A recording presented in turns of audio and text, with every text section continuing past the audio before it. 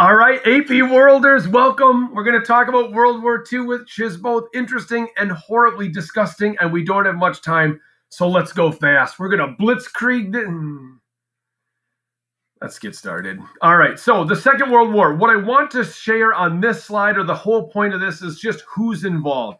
Now, so when we look at the sides, things have changed a little bit. So this is a rough sketch of who's on the side. It's England, it's France, kind of the Soviet Union, but only after they're betrayed by the Nazis, and America, but only after they're attacked by Japan. On the flip side, it's the Nazi Third Reich of Germany, and it's Benito Mussolini's Italy.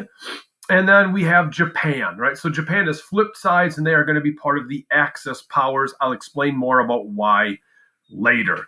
Okay, so when does the war actually start? All right, so it's highly or heavily debated. 1931 is when the Japanese invade Manchuria and northern China, right? We had the Mukden incident that we already talked about. But 1939 is usually the more accepted date because that's when the Nazis invade Poland, and within a month, Poland collapses, right? So that could be. All right, by the time we get to 1941, that's when America is attacked in December by the Japanese. So is that the start? I don't know. But the one thing that we do know is that by 1945, the war ends. Okay, so we're going to look at three specific countries and how they influenced the start of this war. First one, Japan. We've already talked a lot about them. They're an empire on the rise. After World War I, they're one of the only countries that's actually doing really well, and then the economy crashes in the 20s, or industrial demand drops, and so they revert back to imperialism and build empire. And so after 1931, they start some aggression against China.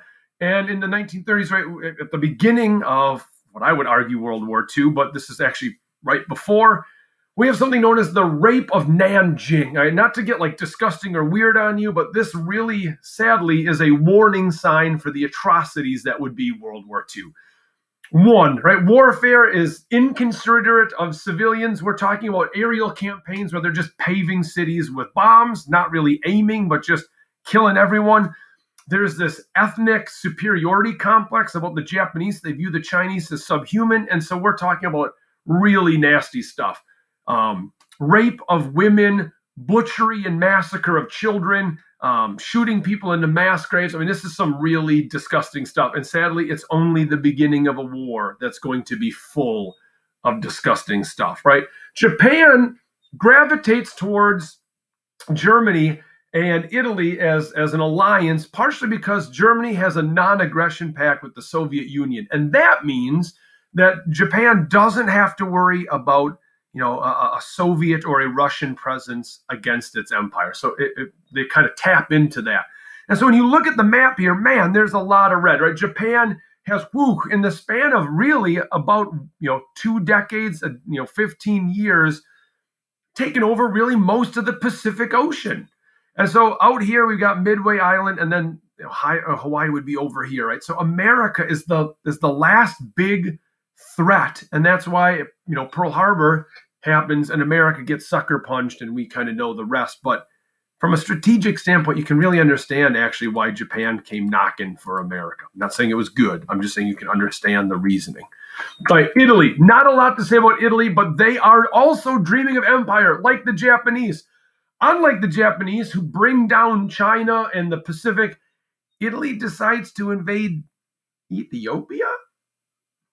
Okay, so their illusions of grandeur involve military campaigns into Africa in places like Algeria and Ethiopia, Libya, in the Balkans to Albania across the Adriatic Sea. It doesn't really have the same level of mystique, but I do want to point out one kind of key thing here, and that's when you look at Italian propaganda, right? It is racist, even though Mussolini didn't play like an anti-Semitic racist overtone. That wasn't really his vibe.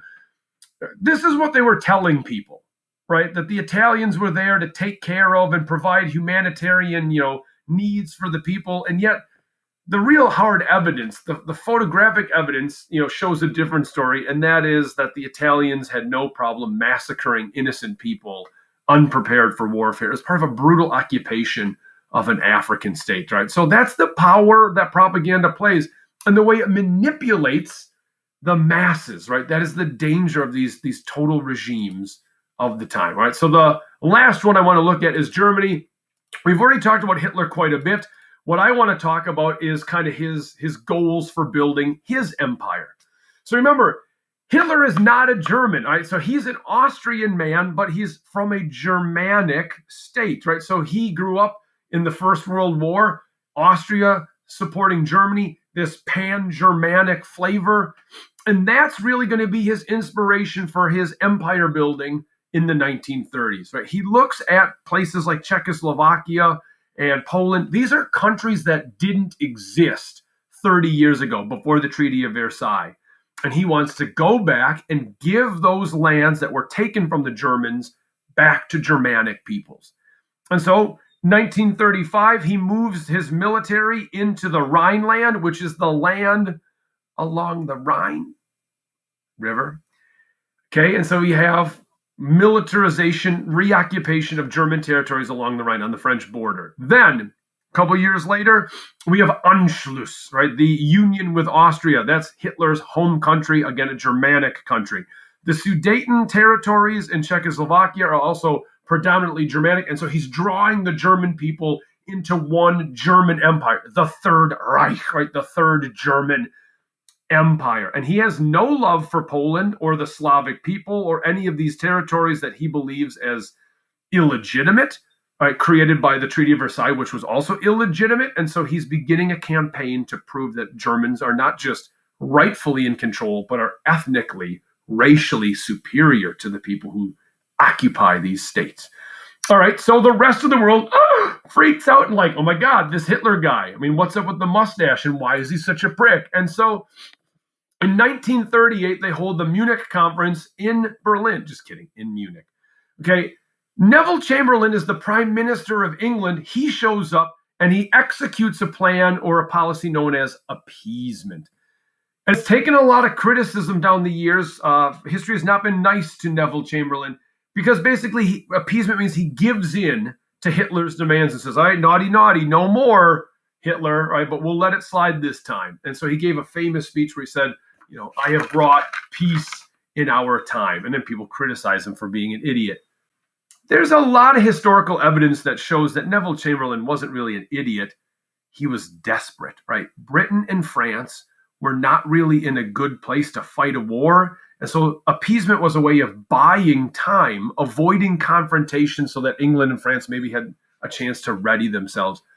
Also, there were a lot of people around the world, certainly in England, that didn't want to see another 10 million dead fighting over the Sudeten land. Is it really worth another war over Alsace and Lorraine? Does it matter? Most British people have said, I can't even point to it on a map. I don't want my son to die in a war. Okay, so what is the war in Europe like? I'm not going to get into all the gory details, but let's hit, I guess the highlights here. So war has evolved. Unlike the slow stalemate trench warfare of the First World War, Germany executes blitzkrieg, lightning war, super fast warfare that doesn't allow the enemy to prepare its defenses. And so what they do is identify key strategic locations like a rail yard or a power plant, and then they bomb it from the air. They drop troops in, and then they surge that area with infantry and tanks and take it. And then the enemy's only choice to get that airfield or that railroad track back is they have to then try to dislodge the Nazi invader, which usually comes at a high cost of life. Okay, and it works really, really effectively. Blitzkrieg knocks Poland out in under a month's time. And then in the following months, the Baltic states fall, Scandinavian states fall.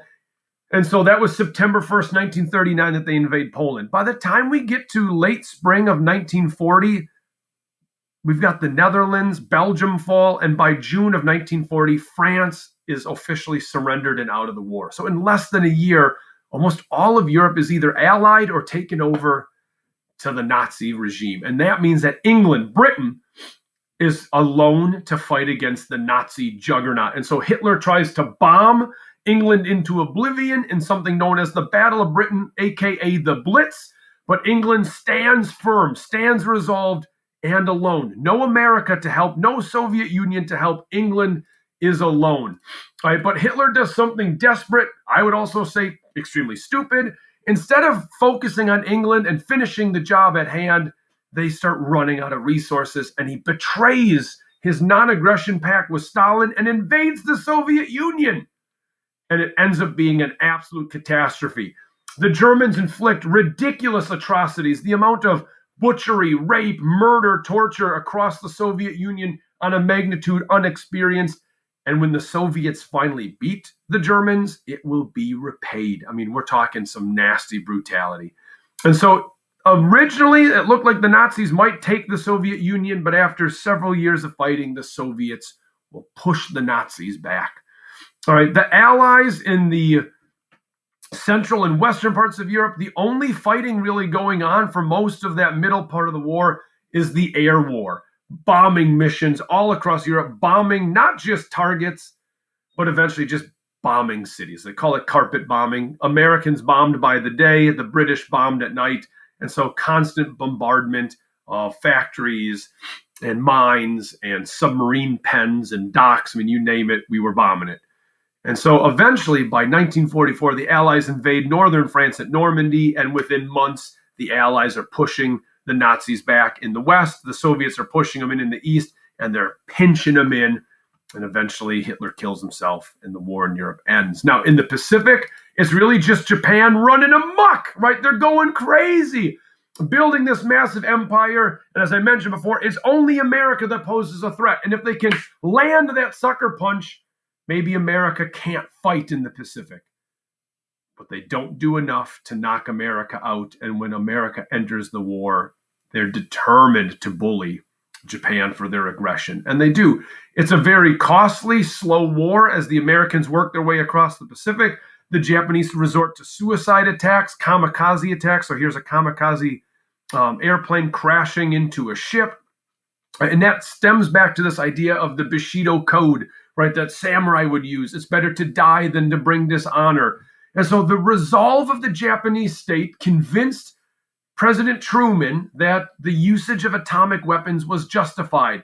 And so opens this sad chapter in world history where we are now not just attacking civilians, but we're using science, atomic energy against our enemies, right? And so we enter the nuclear age. Now, a great debate, always, it kind of goes back and forth, waged on this topic.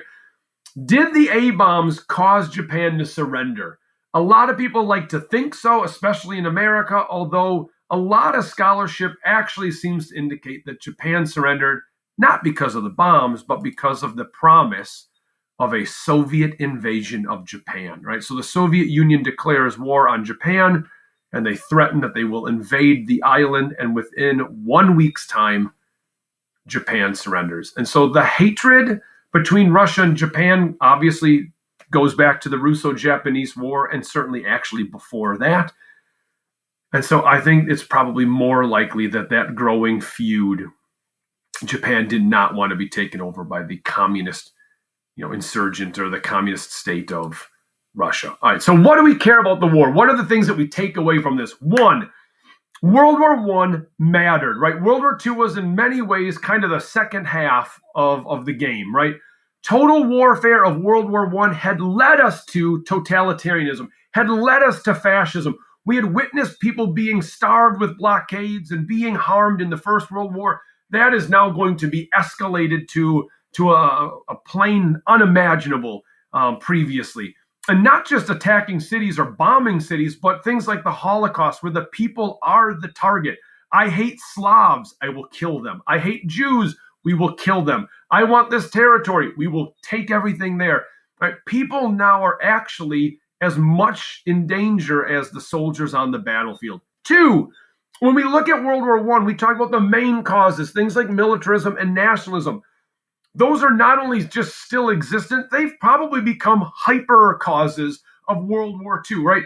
Nazism stands for National Socialism. It's a nationalist agenda, right? And so these radical militant regimes across Europe were bent on having war, and they got what they wanted. And then lastly, sadly, the destruction of World War II was a magnitude unknown before, right? We thought World War I was bad. It gets worse, right? And so not just talking about the death of soldiers, but it's the death of civilians. It's things like the Holocaust, the systematic extermination of people, genocide, political assassinations, eugenics. I mean, it's all that disgusting part, but it's also the destruction. Not just places like Japan that had been A-bombed, but France, Britain, Germany, Russia. These nations are all in rubble, ruined from years of bombing campaigns and street fighting and war.